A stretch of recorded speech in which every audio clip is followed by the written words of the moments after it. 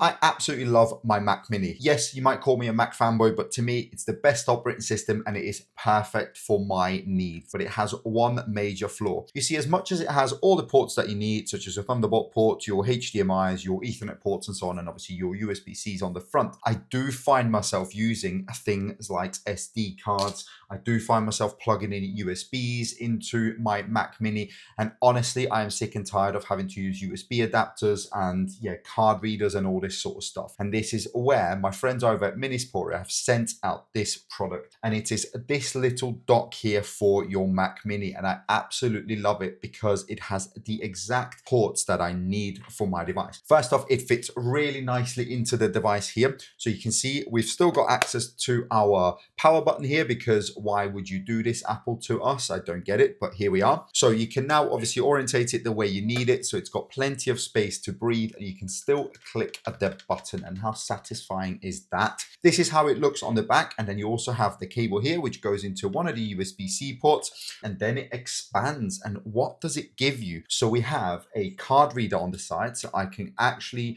transfer files without needing a USB into USB into USB. I can just pop it in like this. It's also got a USB-C port here, which is a 10 gig port. Next to it is a USB 2, I'm presuming, port for your keyboard and mouse, but I've got a wireless mouse. It feels wrong plugging it into the keyboard port. On the back, we've got HDMI. So if you've got obviously a display, it goes into the back here and it just frees up that extra port on your Mac Mini. And as I said to you, on the side, it's got the USB ports, and then there's another port here. And I use this to break out into other things. So this is how I have it connected on my desk here.